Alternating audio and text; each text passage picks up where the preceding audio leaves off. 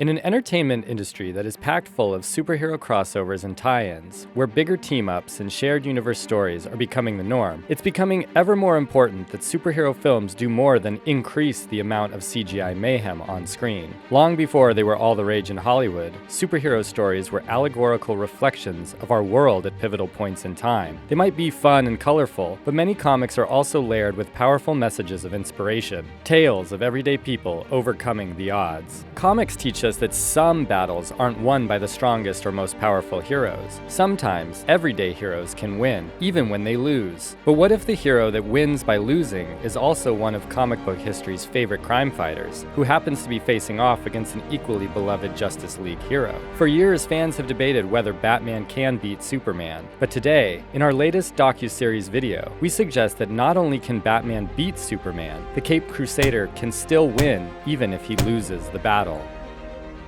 Batman meets Superman.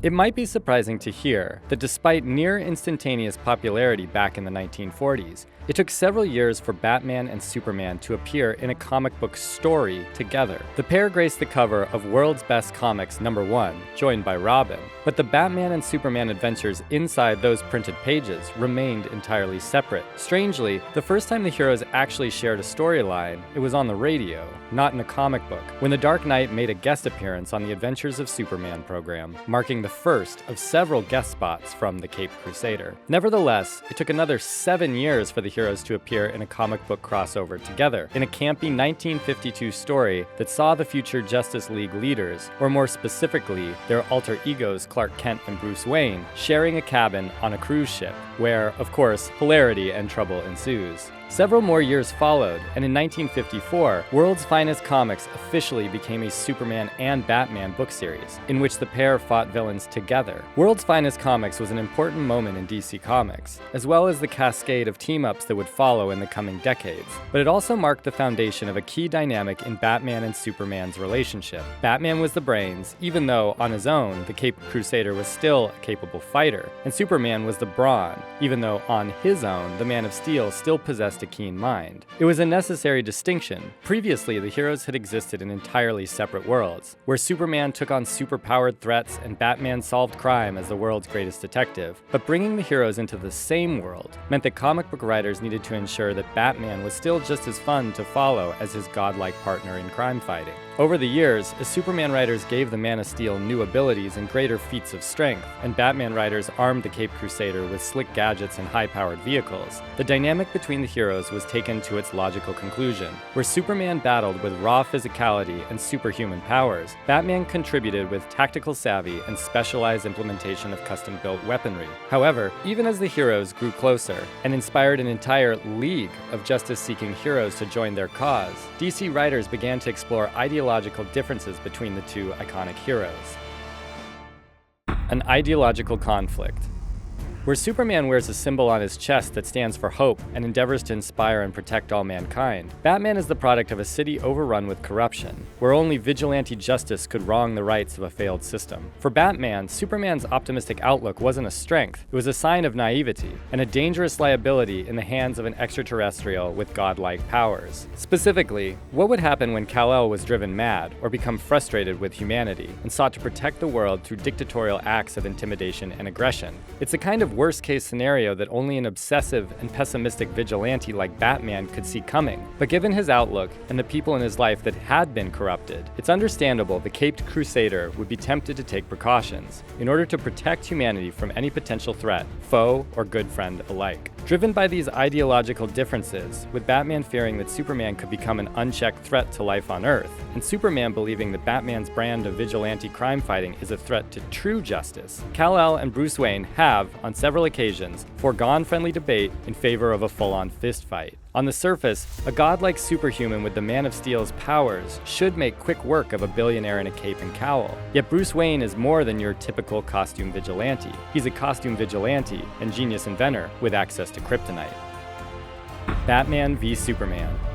The Dark Knight has used a myriad of strategies to subdue Superman. including controlling Kal-El by an admittedly hollow threat to lives of innocent civilians, exploiting the Kryptonians' need to protect innocent life. But two of the Caped Crusader's counter-Superman measures rise to the top: power armor and kryptonite-infused weaponry. Despite its enormous bulk and shock absorption, the armored batsuit is deceivingly nimble, enabling Batman to put up a respectable fight. An integrated hydraulic exoframe enhances Wayne's movements and attacks, while also protecting him from the full force of Superman's abilities. In the power armor, Batman can deliver ground-shaking punches and kicks, capable of sending the Man of Steel reeling, while also providing enough flexibility for the Dark Knight to dive, dodge, and counterattack. Conversely, when Batman couldn't overpower Superman with power armor, he's also tried weakening the Man of Steel. While the Dark Knight has infused dust from Superman's home planet into everything from smoke bombs to liquid capsules, on two separate occasions, Batman outright forged kryptonite weapons in service of punching the Man of Steel into submission.